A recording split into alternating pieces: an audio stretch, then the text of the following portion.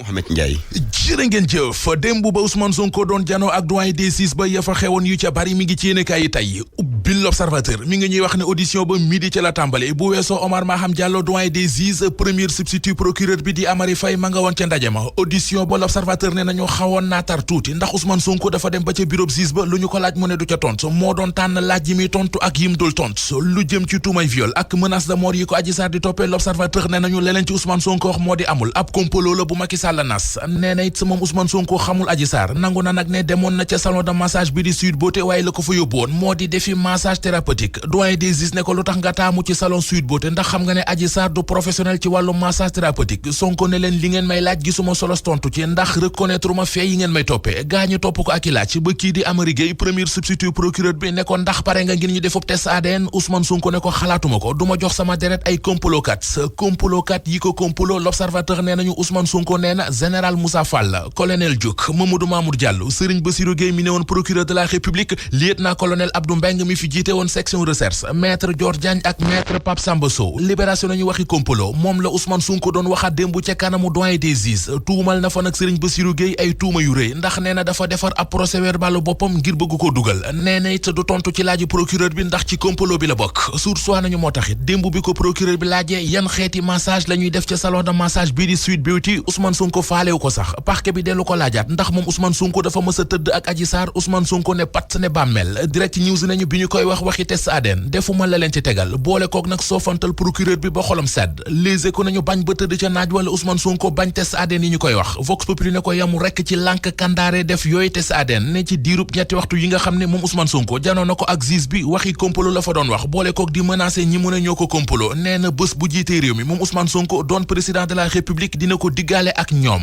moom jiital parti Pastef li di Ousmane Sonko ba tey ci xët mu njëkk enquête dina kay journal bi dañu wax ne weddina tuuma yi ñu gàll ci ndoddam nee na mësuta séq ak Adji Sarr dara dellu na it tuumal régime bi fi nekk ne ñoo ko complot taxawaayam démb ci bureau doyen des juges la si ne kay nee nañu dafa weddi viol yi ñu koy tuumal lànk ne deful ay test ADN ba noppi dëkku fa ñi mu jàpp ne ñoo ko complot Sonko mu mel népp muuma Le Quotidien mi ngi ñuy xamal ne loolu la ñu gis démb ba muy jàkkaarloo ak doyen des juges nee na deful test ADN nanguta tontu ca laaj dañ ko doon laaj ba noppi ma nga doon menacer doyen des juges ak procureur bi témoigné dañuy xibaar saafara suñu gis démb ci bureau doyen des juges li ci yéenekaay bi gis moo di Omar Maham Diallo doyen des juges day bañ ko job moo tax muy defaroo ko geetaru le vrai journal li ko yitteel vraiment moo di Ousmane Sonko ak li ko dal ndax dafay lu tombe am ndax gaañee ko singili ne coow lu ñu ko dégg ba koy lijjanti leneen coow jolliwaat yéenekaay bi bind ci xëtamu njëkk Sonko affaire sur affaire ne coowal massage la woon ca salon Sweet Beauté mi ngi ñuy waxtaane ba léegi mbirum force spéciale jaar na fi rebelle di fipp yi ñu gisoon ci diwaanu Dakar ci jamonoy manifestation yu fi doon laaj jaar na fi li xew bu yàggul ci Cikki ñëw dolleeku ci loolee xewoon ci Cikki am na leneen lu ca dolleeku démb libération nañu ci garde corps yi Ousmane Sonko yi am na juróom ci ñoom ñu ñuy jàpp démb ci Dakar yóbbu leen ca section de recherche ba ca Mbour dañu leen a war a auditionné enquête leen ci li xewoon ci Cikki ba fa nemmeeku turub Ousmane Sonko bi demee tuumay dóor nit ba gaañ ko ak yàq alalu jàmbur loolee lañ leen di toppe ki ñuy garde du Ousmane Sonko ne ci xët mu njëkku bés bi le jour dañoo bàyyi ba ma dem tribunal wuy ju yoon ñu ginnaaw ma kidnappé ñenn ci samay élément de sécurité yéenekaay bi xamal nañu it ne procureur bu Mbour démb ba muy janoo ak taskatu xabaar yi nee na élément de sécurité yi ñu jàpp ñu identifié lañu ba xàmmee leen ci li fi xewoon ca Cikki te it li ñu leen di toppee lu garaaw la ñoom ñooñee ñuy toppee lu garaaw di juróomi garde corps yi Ousmane Sonko yi la tribune nee nañu seen nemmeeku tour bi seen njiit Ousmane Sonko nekkee bu ñu moytul ñoom garde corps yi dana mujj doon ci ñoom nemmeeku kaso mbir meneen mu garaaw mu xew ca Kébémer ga ca Louga ubbil l'Observateur benn borom kër di père de famille moo dem ci benn supermarché jënd fa boisson yóbbu këram ndekete sàngara la jënd te xamu ko moom waa ji jabaram ak ay doomam xelli ci boisson ba naan ba doyal ay minute lañu ca teg waa kër ga jàpp daaj aju mandi bay lang mbir ma mujjee doon mandi familial